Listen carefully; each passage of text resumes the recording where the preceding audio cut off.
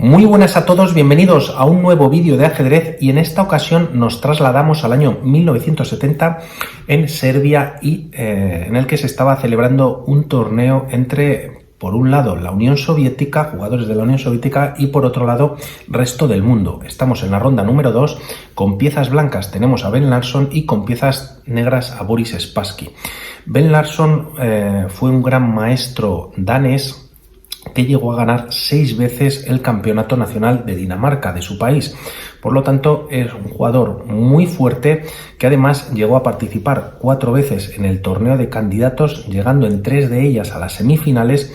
También ganó 3 veces el torneo internacional, muy importante. Por tanto, un jugador al que se enfrentaba Boris Spassky muy importante. Y por otro lado, Boris Spassky, que nació en Leningrado, en la antigua Unión Soviética, y ya de muy jovencito pues tenía un talento innato para el ajedrez. En 1969 se proclamó campeón del mundo de ajedrez jugando contra Tigran Petrosian, también soviético, y en 1972 pues se enfrentaría nuevamente por el título mundial y el retador en esta ocasión sería Bobby Fischer. Se denominó ese match o ese campeonato como el match del siglo y si os parece, una vez que termine el campeonato que estoy trayendo de Bobby Fischer de Estados Unidos en 1963, en el que está arrasando en todas las partidas, pues nos podemos ir a este campeonato y traer alguna partida, ya que es yo he visto alguna ya y son espectaculares. Además, Boris Spassky, aunque a raíz de perder ese campeonato finalmente con Bobby Fischer, pues perdió algo de fuerza, lógicamente, pues la edad ya iba avanzando. 11 años después, en el año 83, llegó a ganar el torneo de Linares, muy prestigioso durante aquella época y durante mucho tiempo, y se le comparaba a ese torneo de Linares que se jugaba en España con el Wimbledon del ajedrez. Por lo tanto, un jugador también fortísimo y que, como anécdota, en el año 92, 20 años después de que se jugase este match del siglo entre Bobby Fischer y Boris Spassky, un multimillonario empresario que tenía mucho dinero, juntó nuevamente 20 años después a estos dos genios, ya más mayorcitos lógicamente, y con una bolsa de 5 millones de dólares jugaron un match para de alguna manera rememorar esas partidas del año 1972. Lo importante era participar, pero el ganador se llevó 3,5 millones de dólares y el perdedor 1,5. Por lo tanto, madre mía, a mí me hubiese gustado participar en esa partida. Vamos con la misma, en esta ocasión 1970 contra Ben Larsen, y este puede ser un anticipo de lo que va a ser Boris Spassky, ya que es la primera vez que lo traemos al canal y es un auténtico lujazo. Primero, una imagen de la época. Y ahora vamos con la partida. Boris Spassky con negras y Ben Larsen sale con B3, entrando así en el ataque Nimzowitsch-Larsen, que lleva su nombre, y tras E5 por parte de Spassky se juega alfil B2. Se está atacando, como vemos, al peón D5. Spassky lo defiende con caballo C6 y tras este movimiento se juega C4. Este movimiento de alguna manera no es muy correcto, ya que una vez, por ejemplo, se pueda desarrollar este alfil de casillas blancas, al menos de momento no se podría desarrollar por esta diagonal. Quizás aquí más correcto podría haber sido jugar un E3 para permitir precisamente esta salida por parte del alfil de casillas blancas y también en un momento posterior pues jugar este E4 buscando alguna ruptura central, y este peón pues estaría precisamente apoyado por este peón D3, por este alfil de B2 y poder continuar con la partida. No obstante, tras este caballo C6 se juega este C4 y la partida continúa con caballo F6, caballo F3 y aquí se juega E4. Spassky gana espacio en el centro, como vemos, y además vuelve a atacar al caballo, que se tiene que mover por segunda vez. En esta ocasión Larsen lo lleva a D4, está defendido por el alfil, además ataca al caballo de C6, pero Spassky juega una jugada de desarrollo, alfil C5, y además está atacando 2 veces al caballo, por lo tanto hay que defenderlo, o lo que hizo Larsen, jugar este caballo por C6 Y tras D por C6 por parte de Spassky, es verdad que en ocasiones o siempre nos comentan que es mejor capturar con los peones o intentar hacia el centro. En esta ocasión captura con D por C6, ya que así se está abriendo la columna o semiabriendo la columna D, que ya tiene presencia por parte de la dama. Las negras cuentan con dos piezas menores desarrolladas, esta tercera que es el alfil, que está a una jugada de estar desarrollado, y este rey que aunque se puede enrocar en corto en una jugada, vamos a ver por qué se enroca en largo finalmente.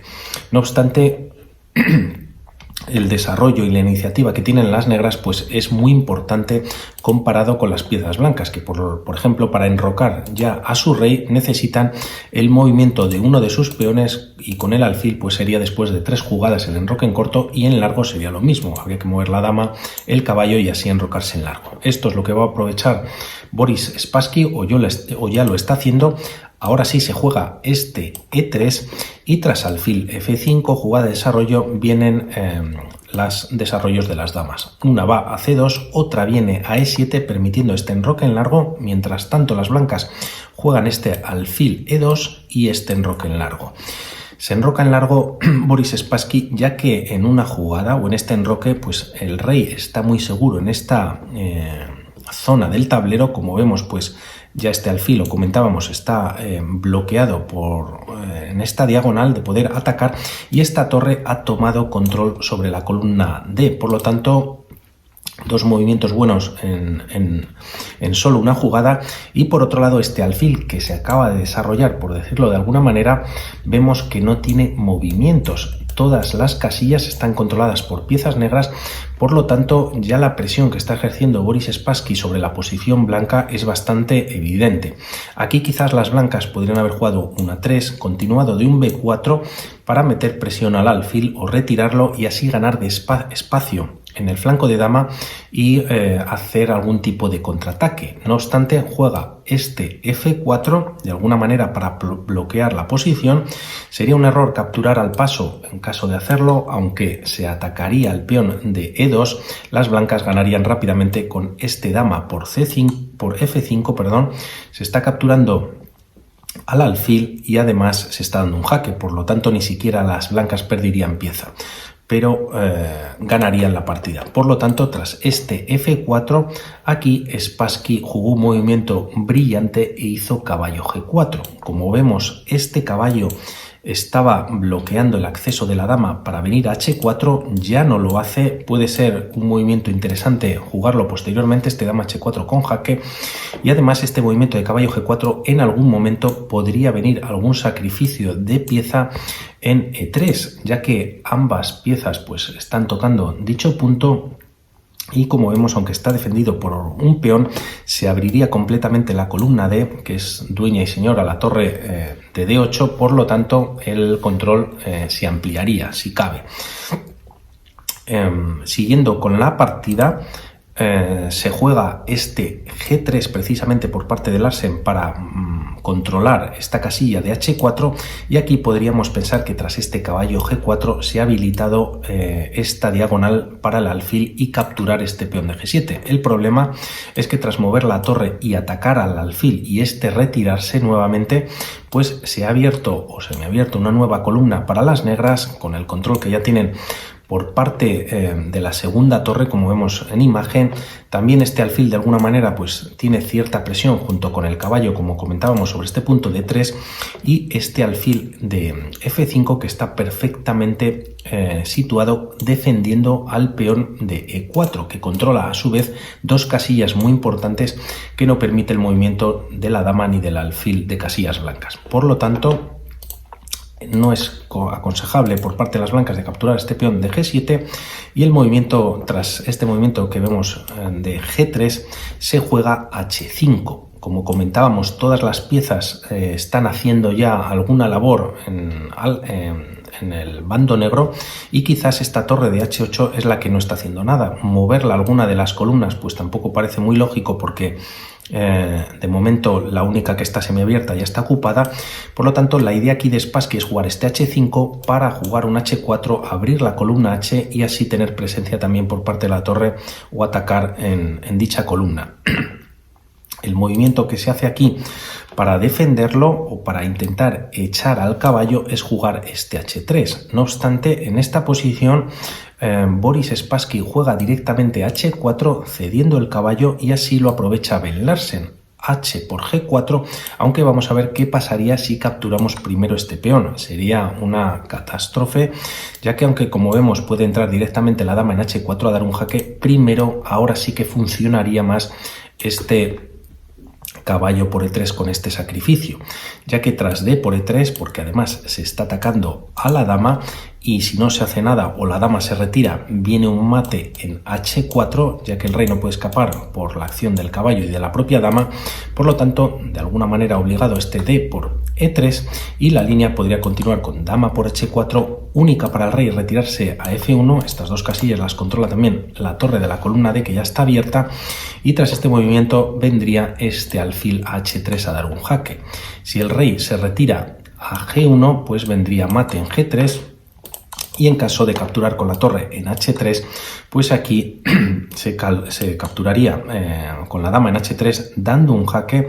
Si el rey viene a g1, hay mate con el segundo alfil en e3, por lo tanto las piezas de Spassky de alguna manera toman ahora más valor, y en caso de retirarse, se podría retirar también a f2. Vamos a ver, por ejemplo, en esta casilla qué pasaría.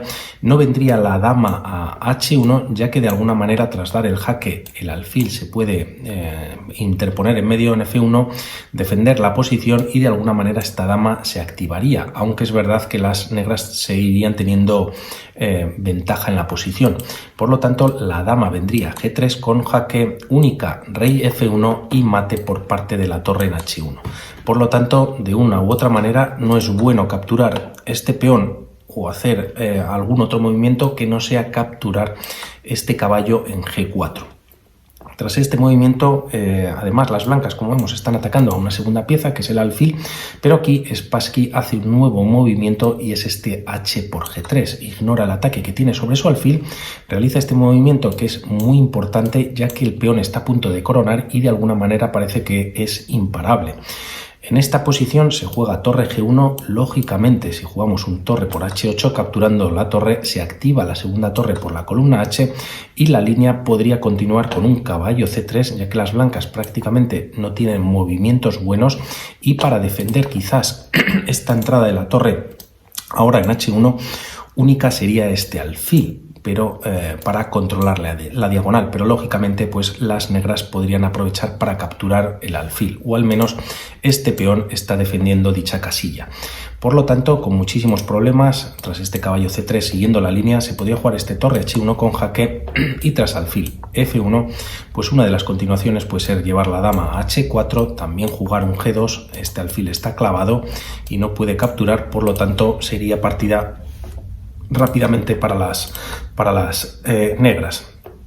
Es por eso que Ben Larsen retira la torre a g1 y tras este movimiento se juega este torre h1. Espectacular movimiento, a mí me encanta, ya que cede o sacrifica la torre, ha sacrificado el caballo, ahora la torre, y como vemos esta torre de g1 no se puede retirar, ya que está clavada por la acción de la torre de h1 con el rey, y única sería prácticamente capturar, ¿no? Si se retira la torre f1, pues nuevamente se puede jugar este g2, ahí está la opción de la dama en h4 también, y sería perdedor para las blancas. Por lo tanto, siguiendo con la partida, se juega este torre por h1, perdón que estoy un poquito agarrado de la garganta.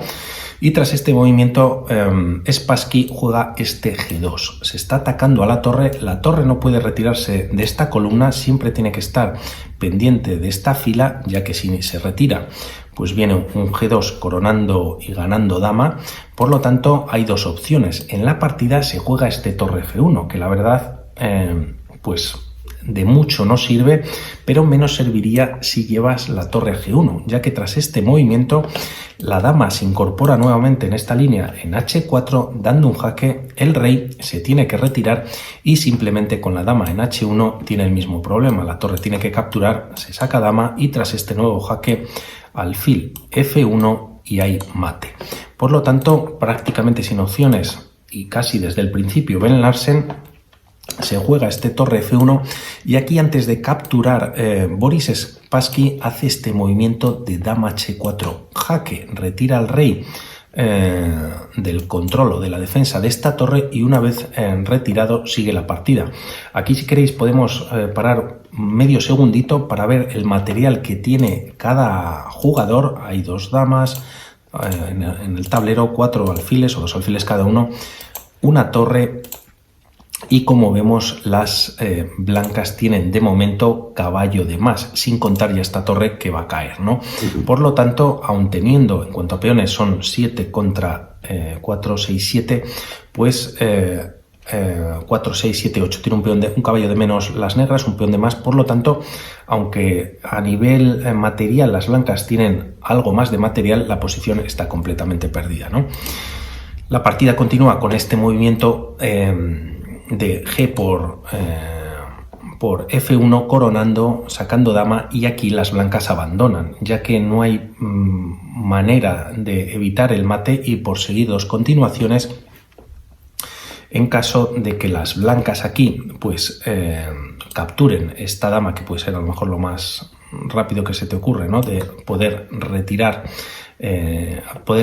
capturar la dama, bueno, es única, perdón, ahora se generan dos líneas, pues vendría este alfil por G4 con jaque. Aquí, si colocas el alfil nuevamente para defenderte, viene esta dama a H1 para dar el mate. Este alfil, como vemos, está clavado por la acción del otro alfil, y en caso de retirarte con el rey a C1 intentando escapar, pues se juega este dama E1 con jaque. Tras colocar única la dama en D1, pues viene el mate no con el alfil sino con la dama.